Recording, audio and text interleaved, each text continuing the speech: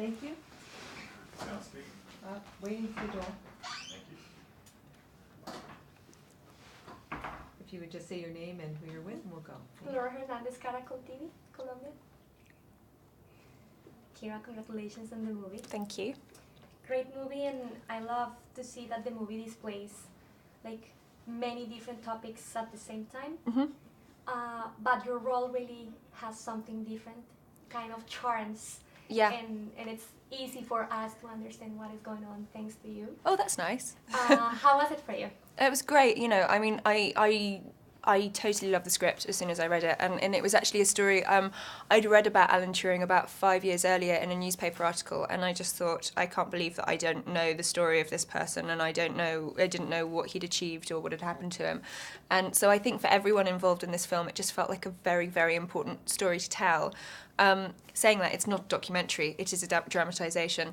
So, you know, it was important to convey not necessarily the hardest part of the mathematical equations that they were going through in order to break the Enigma code, but more of the kind of human side of them.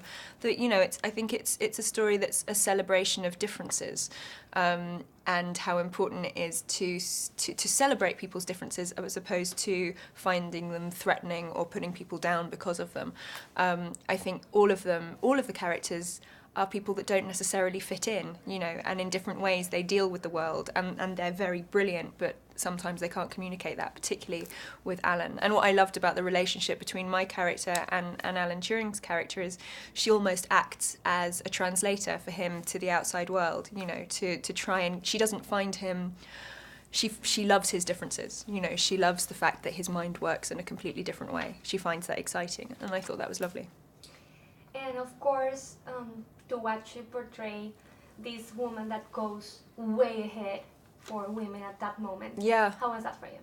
Yeah, I mean, I think again, Joan Clark is an extraordinary character, and she was an extraordinary woman, and the fact that she was right up there with the best minds in the country, and found it so difficult to get into the room that she should have been in. I mean, she certainly didn't get paid the same amount as the men for exactly the same job.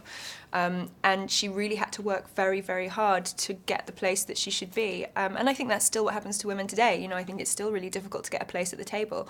And she brilliantly does it. You know, she said, there's a great line in the film where I think she says, I'm a woman in a man's world, I can't afford to behave like an arse. And I think that's still true today. And I think what she does is she doesn't go into, you know, a room like a bull in a china shop. She's very quiet, she's very nice, and nobody ever sees her coming. And I really like that kind of quality in her. For the work with Benedict and the cast, you can see that charm and that chemistry that you guys have on screen. How was it? It was great. I mean, they're a great bunch of boys.